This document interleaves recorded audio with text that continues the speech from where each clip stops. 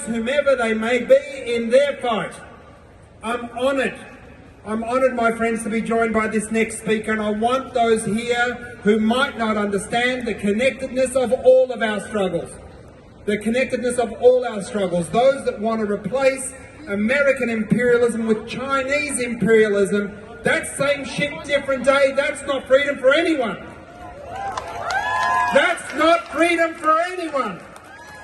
And it's so important we remember our freedom is connected for all of us.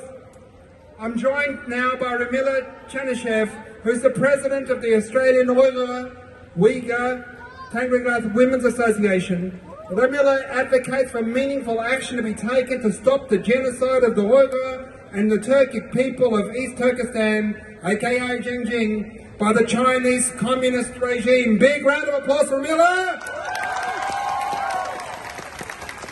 Thank you so much, everyone. Thank you so much for the honour and the opportunity to say a few words and to maybe educate a few of you out there.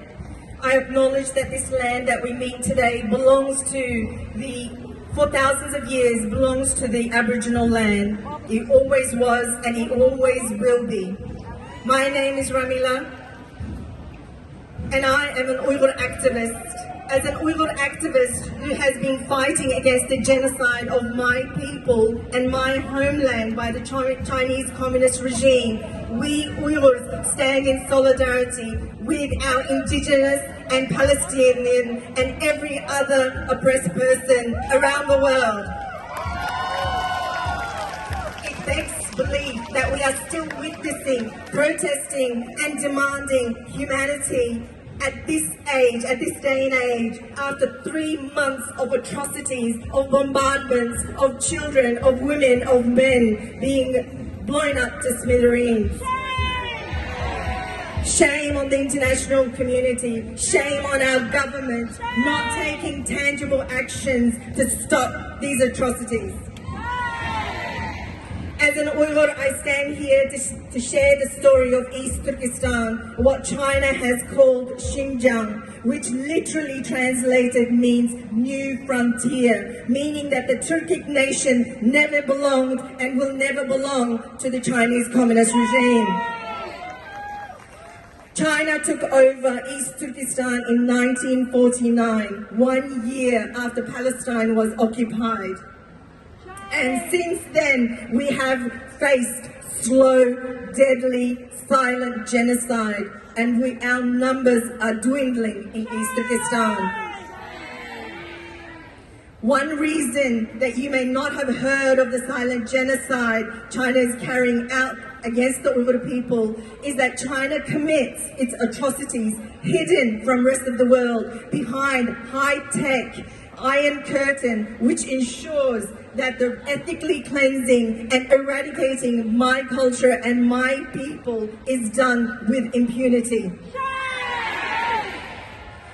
To hide their actions, the Chinese communist regime smear my character and every other Uyghur activist's character in the global platform.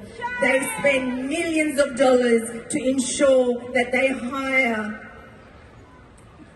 influencers, national and international, to debunk the genocide of the Uyghurs. Do not deny my existence and my country and my homeland. By speaking out here today, I'm putting myself and my friends and family at risk. Uyghur activists face transnational harassment from China. Our community members continue to receive calls from their family members to stop this activism, to stop talking about genocide, otherwise their lives are at risk. But we will not stop. We will continue until these atrocities stop and my land of East Turkestan also becomes free, just like Palestine. China's total control of their internet, freedom of speech, means you do not see the hundreds of concentration camps where millions of Uyghurs are rounded up. You do not hear of the genocidal rape of women. You do not see the mass Uyghurs trafficked into slavery or of their organs being harvested. You do not see the millions of Uyghurs as young as 15 and as old as 79 being sentenced on long-term sentences on long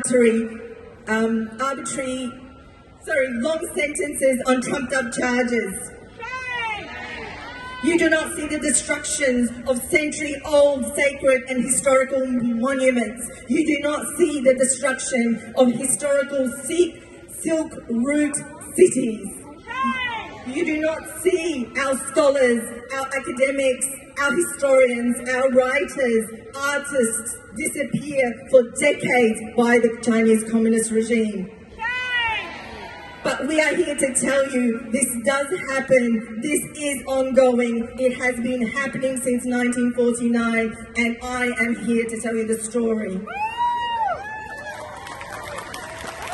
In the 21st century, we, all of us, should not be witnessing or seeing any of this happening to any one of us in the world, and yet here we are, still talking about it. Every Australian that's across Australia and also in the diaspora have family members, wives, husbands, friends who have disappeared on charges trivial as growing a beard, speaking their own language, practicing their religion, having a non-approved app on their phone, or having travelled overseas. What makes it frustrating at the moment is that the Chinese government pretends to support Palestine at the UN and publicly. At the same time, China would round up an Uyghur Turkic person and throw them in jail for visiting Palestine in the first instance. Just like Palestinians, every Uyghur has every facet of their lives controlled by their occupier.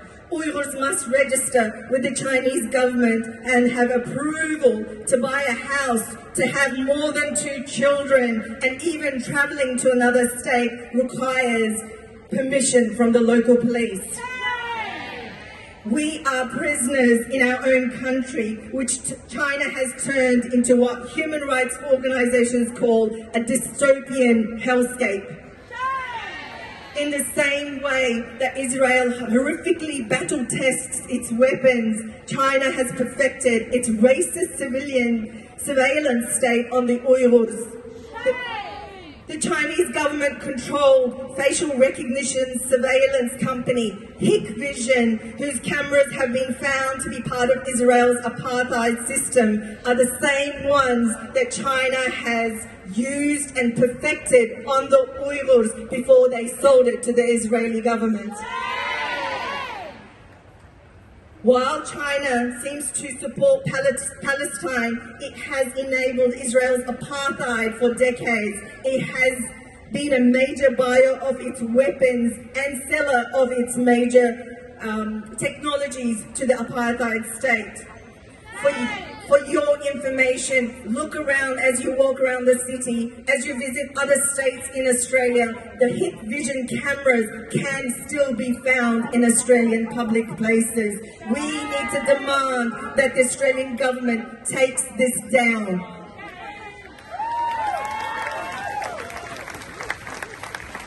As Australians, we are all ashamed of the genocide and stolen generation of our Indigenous brothers and sisters. We must therefore be outraged. China has stolen up to 1 million Uyghur children and 1 million Tibetan children and placed them in colonial boarding homes.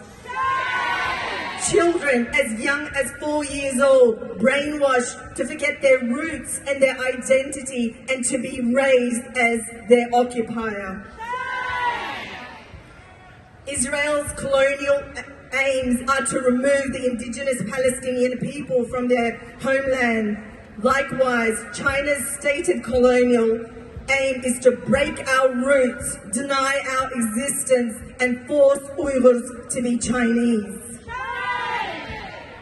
Another connection, Zara, the clothes company, recently glamorized horrors against Palestinians in a vile marketing campaign. I want to bring to your attention that Zara and over 80 international brands implicated in using Uyghur slave labor. Nearly a quarter of the world's cotton is from East Turkestan. The clothes that you are wearing now are more than likely to be tainted by the slave labor of my people. We are all for green energy. As I was arriving into Melbourne and Tullamarine Airport this morning, I saw hundreds of solar panels. Hundreds of solar panels where you know that nearly 40% of the components that produce the solar panels come from East Turkestan, where slave labor is rampant. I urge you to please do your research, talk to Uyghurs, and know the products that imported from China are highly likely to come at the cost of Uyghurs' freedom and lives.